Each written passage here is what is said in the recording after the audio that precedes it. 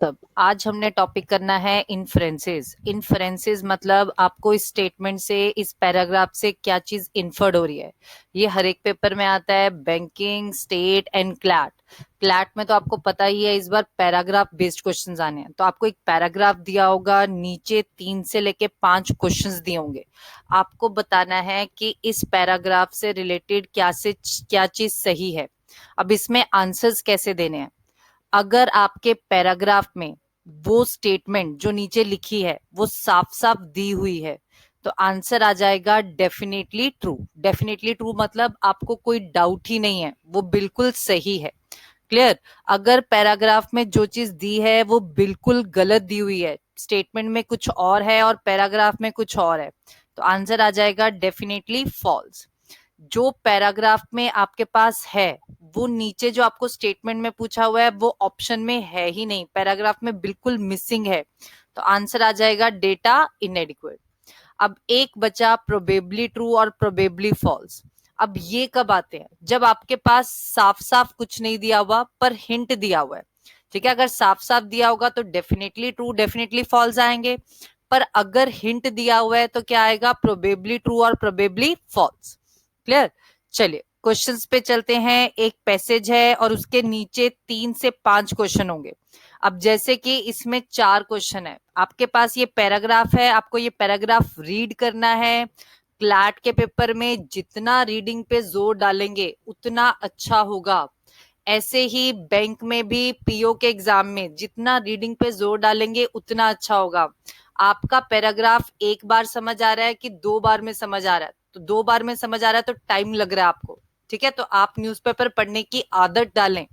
चलिए अब इस पैराग्राफ को पढ़ते हैं और फिर 4 क्वेश्चन करेंगे। अब इस पैराग्राफ में हमारे पास क्या लिखा हुआ है, in India we are still struggling with elementary problems of health care. Our performance in health related sectors like provision of drinking water, sanitation, education and nutrition remain poor. The healthcare system itself is extremely inadequate, particularly missing at village level. Village level पे तो है ही नहीं infrastructure. As our bureaucrats systematically decimated the community health worker program, we face an unavailable prospect of facing the old and new health challenges without infrastructure at the grassroots.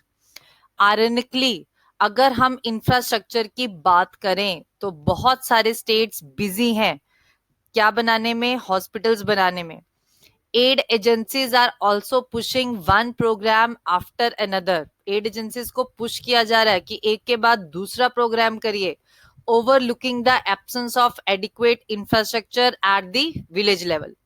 Unfortunately no one talks of facilities at the village level. Village level के बारे में कोई बात ही नहीं कर रहा। चलिए अब ये पैसेज हमने पढ़ा, मेरे पास 4 क्वेश्चन है इस पैसेज से। पहला क्वेश्चन, फर्स्ट क्वेश्चन है, other countries have made rapid progress in elementary problems of health care by now. अब देखिए पैसेज में आपके पास ये साफ साफ दिया हुआ है कि हिंट दिया हुआ है। ये देखिए आपके पास लिखा है in India we are still struggling. इसका क्या मतलब हुआ कि इंडिया अभी भी स्ट्रगल कर रहा है। इट मीन्स बाकी कंट्रीज कर चुकी हैं। ठीक है, ये आपके पास डेफिनेटली ट्रू नहीं आएगा, क्या आ जाएगा, प्रोबेबली ट्रू। ठीक है, तो फर्स्ट का आंसर आ गया प्रोबेबली ट्रू। चलिए नेक्स्ट क्वेश्चन पे चलते हैं। नेक्स्ट क्वेश्चन में है आपके पास यही पैसेज और इसी का क्वेश्चन। अब पैसेज हमने रीड कर लिया है, सेकंड क्वेश्चन रीड करते हैं। सेकंड क्वेश्चन में कह रहा है, the basic problem of India's health scenario is the lack of adequate infrastructure at the grass root level. देखिए यहां पर लिखा भी हुआ था कि ग्रास रूट लेवल में, विलेज लेवल में ये पूरा मिसिंग है। ठीक है, तो बिल्कुल सही कह रहा है कि जो हेल्थ सिनेरियो की बेसिक प्रॉब्लम है, lack of adequate infrastructure at the grass root level, बिल्कुल साफ साफ कह रहा है, तो आंसर आ जाएगा डेफिनेटली ट्रू। चलिए नेक्स्ट क्वेश्चन पे आते हैं। नेक्स्ट क्वेश्चन में कह रहा है, बिल्डिंग न्यू हॉस्पिटल्स, हम नए हॉस्पिटल्स बनाएंगे, उसकी वजह से एग्जिस्टिंग इंफ्रास्ट्रक्चर नहीं बढ़ता। हाँ जी, पैसेज में देखिए आपके पास लिखा हुआ है, ironically in the name of infrastructure, ये लिखा, various Indian states are busy building tertiary institutes hospitals. तो इसका मतलब इंफ्रास्ट्रक्चर बढ़ता है, ये बिल्कुल गलत कह रहा है। तो आंसर आ जाएगा डेफिनेटली फॉल्स। चलिए नेक्स्ट क्वेश्चन पे आते हैं। नेक्स्ट क्वेश्चन में कह रहा है the problem of adequate infrastructure is as much in the cities as in the villages. वो कह रहा है इंफ्रास्ट्रक्चर की प्रॉब्लम जितनी सिटीज में है उतनी ही विलेजेस में है। ठीक है, जबकि पैसेज में था कि इंफ्रास्ट्रक्चर विलेजेस में तो मिसिंग है, और ये कह रहा है सेम प्रॉब्लम है। तो ये क्या हो जाएगा, डेफिनेटली फॉल्स। हाँ जी, पहले 4 क्वेश्चन आप सबको समझ आ चुके होंगे। नेक्स्ट सेट पे चलते हैं।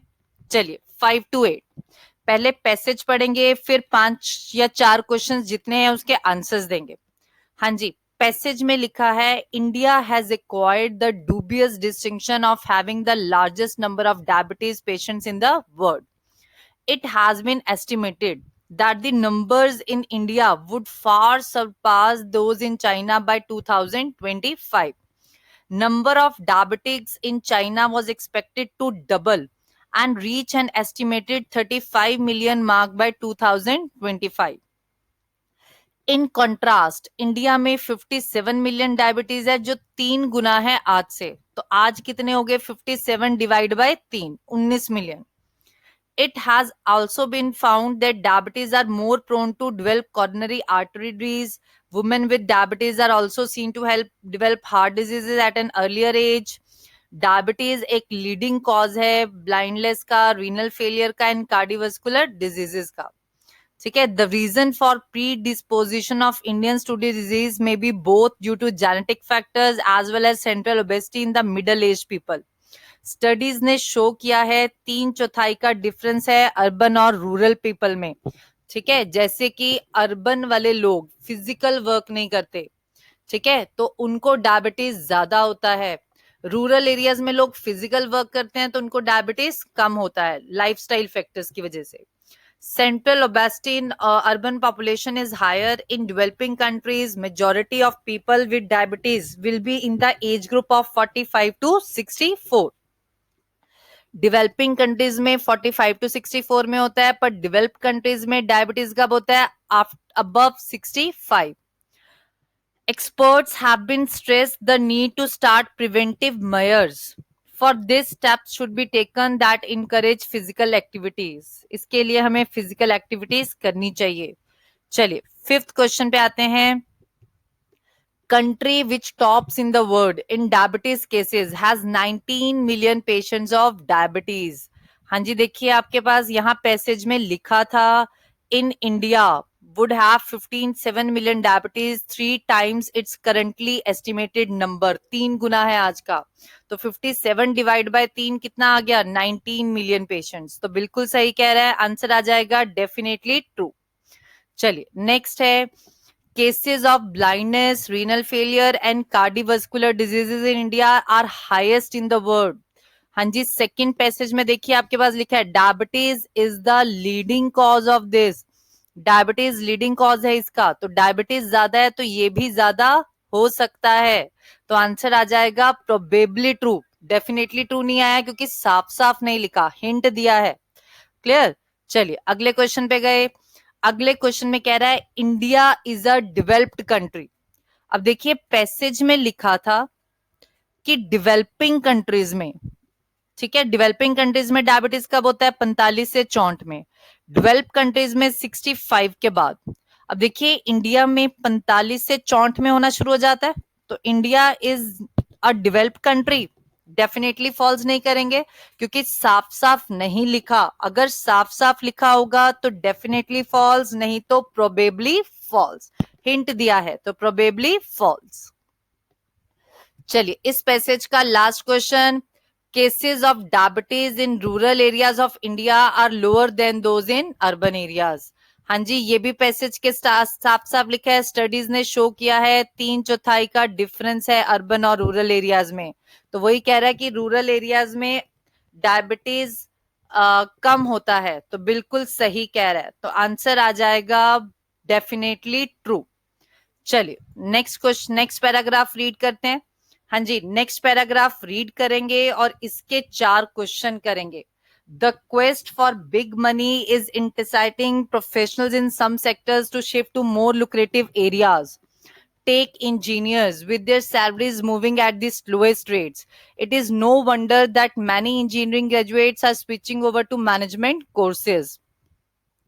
And over 80% of the students at IIM in Calcutta are engineers. Say Ramanuj Majumdar, professor of marketing at the institute. This trend seems to be market driven since pay packages are more attractive in management. Like engineering, chartered accountancy too has been witnessing a relative sluggish growth. This is partly because जो CA हैं वो 70 का phenomena थे, उसकी जगह किसने ले लिया आजकल? एमबीए ने. क्लियर? चलिए क्वेश्चंस करते हैं. नाइन्थ क्वेश्चन में कह रहा है engineers are not satisfied with their salaries in India. देखिए आपके पास साफ साफ लिखा है tech engineers with their salaries moving at the slowest rates. तो बिल्कुल सही कह रहा है, डेफिनेटली ट्रू. चलिए नेक्स्ट क्वेश्चन पे गए. नेक्स्ट क्वेश्चन में कह रहा है maximum of management students at IIM in Calcutta are engineering graduates. ये भी साफ साफ लिखा है. ये देखिए आपके पास लिखा है मैक्सिमम कि आईएम कैलकाटा में है 80% ऑफ द स्टूडेंट्स. तो ये भी आंसर क्या आ जाएगा आपका? Definitely true. चलिए नेक्स्ट है pay packages are more attractive in management than other jobs.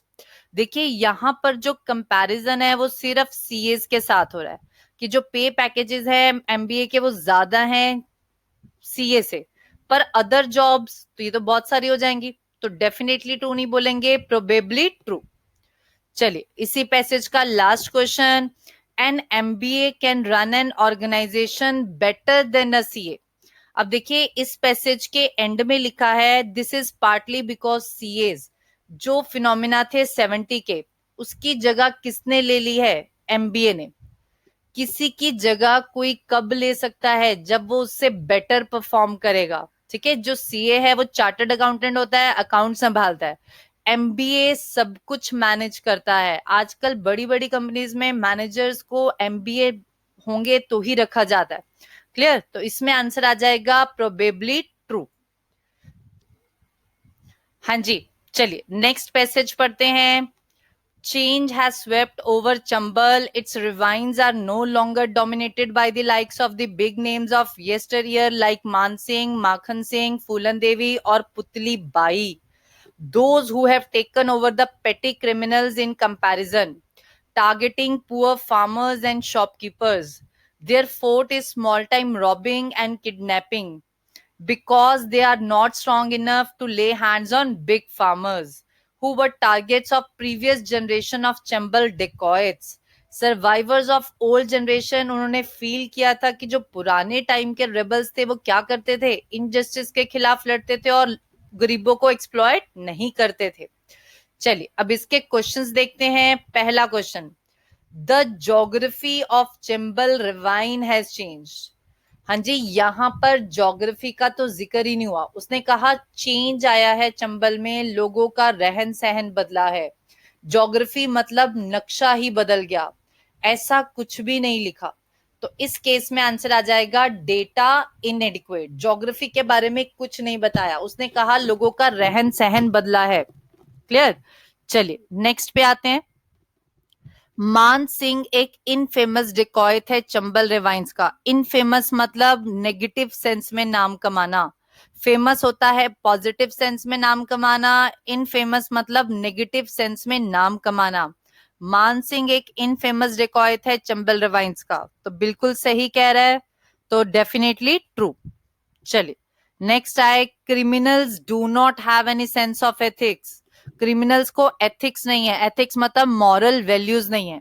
देखिए आपके पास पैसेज में लिखा था कि जो पुराने टाइम के वो थे डेकॉइट से, वो इनजस्टिस के खिलाफ लड़ते थे, पुअर को एक्सप्लॉइट नहीं करते थे. ठीक है, पर जो आज के डाकू चोर हैं वो क्या कर रहे हैं? पुअर फार्मर्स को टारगेट कर रहे हैं, शॉपकीपर्स को, स्मॉल टाइम रॉबिंग कर रहे हैं, किडनैपिंग कर रहे हैं. तो मतलब उनको मॉरल वैल्यूज नहीं है. तो इसमें आ जाएगा criminals do not have any sense of ethics. तो बिल्कुल सही कह रहा है, प्रोबेबली ट्रू. डेफिनेटली नहीं आएगा, साफ साफ नहीं लिखा।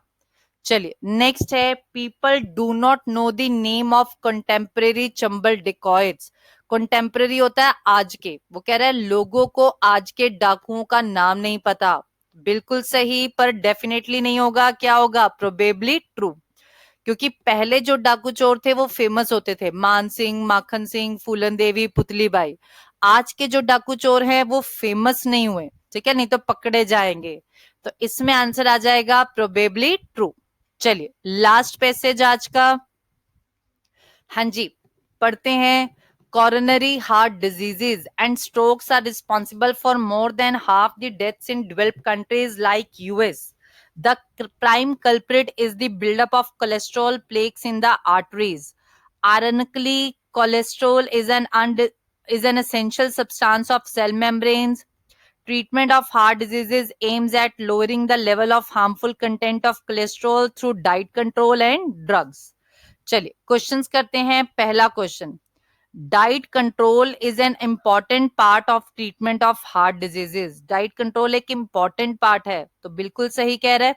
लास्ट में लिखा भी हुआ है, डाइट कंट्रोल और ड्रग्स की वजह से आप इसका रिजल्ट नहीं दे सकते हैं, मतलब इसको आप ठीक कर सकते हैं। तो आंसर आ जाएगा डेफिनेटली ट्रू। चलिए नेक्स्ट पढ़ते हैं।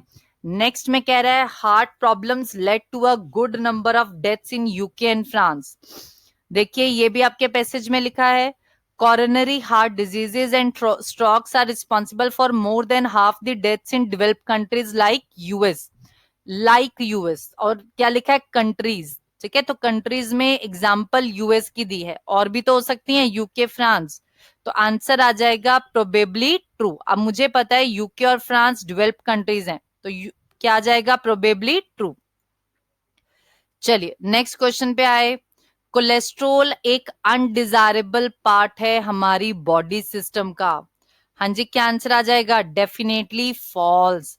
हमारे पैसेज में साफ साफ लिखा है, क्या लिखा है, कोलेस्ट्रोल एक असेंशियल सब्सटेंस है।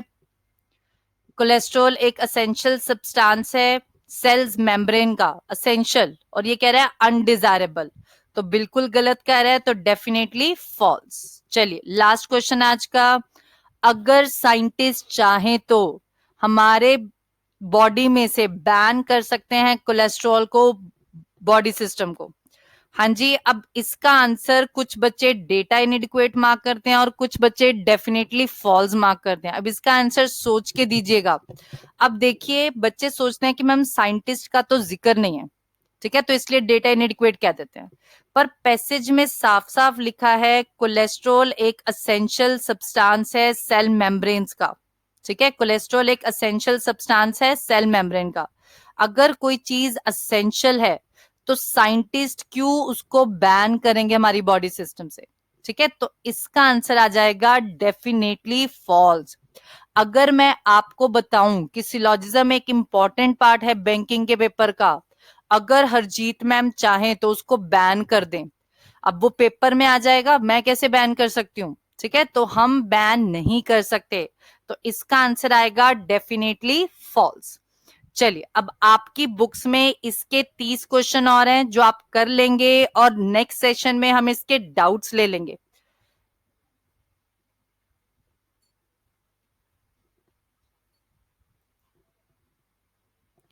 हमारी वीडियो को लाइक कीजिए, शेयर कीजिए और हमारे चैनल को सब्सक्राइब कीजिए। अगर आपको कुछ भी पूछना है कोचिंग के रिगार्डिंग या बुक्स के रिगार्डिंग, तो आप इस नंबर पे कॉल कर सकते हैं। Thank you.